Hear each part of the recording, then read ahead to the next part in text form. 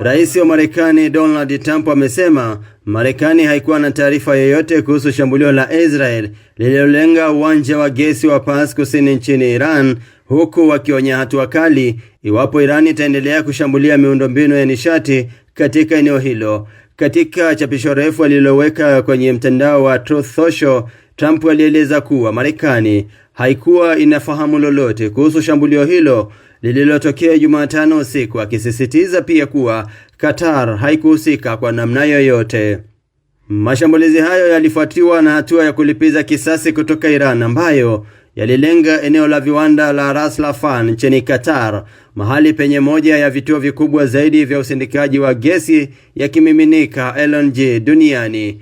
Iran ilieleza kuwa hatua hiyo ni kama jibu kwa shambulio la Israel, ingawa Trump alikosoa vikali akisema haikuwa na uhalali. Trump alionya kuwa endapo Iran itaendelea kushambulia tena Qatar, Marekani itachukua hatua kali zaidi.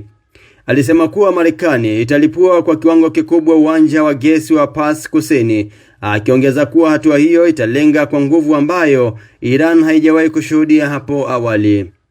Hata hivyo, alibainisha kuwa hatamani kuidhinisha kiwango hicho cha uharibifu kutokana na athari zake za muda mrefu zaidi. Wakati huo huo, Pentagon imewasilisha ombi la zaidi ya dola bilioni 200 kwa White House ili kufadhili operesheni zinazohusiana na mgogoro huo.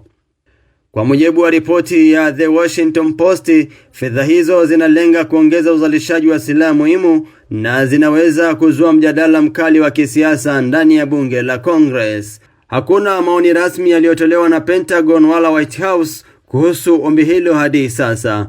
Katika maendeleo ya hivi karibuni, television ya Iran iliripoti mashambulizi mapya ya makombora dhidi ya kituo cha gesi cha Ras Laffan. Kampuni ya gesi ya serikali ya Qatar imethibitisha kuwa baadhi ya vituo vyake vilipigwa mapema Alhamisi asubuhi na kusababisha moto na uharibifu mkubwa, ingawa hakuna majeruhi walioripotiwa.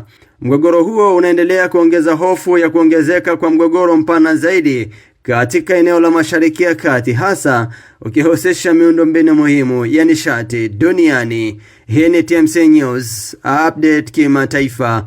Mimi ni Ronald Sonyo. Endelea kutufuatilia ili wa kwanza kupata taarifa zetu pindi tunapozipakia hewani.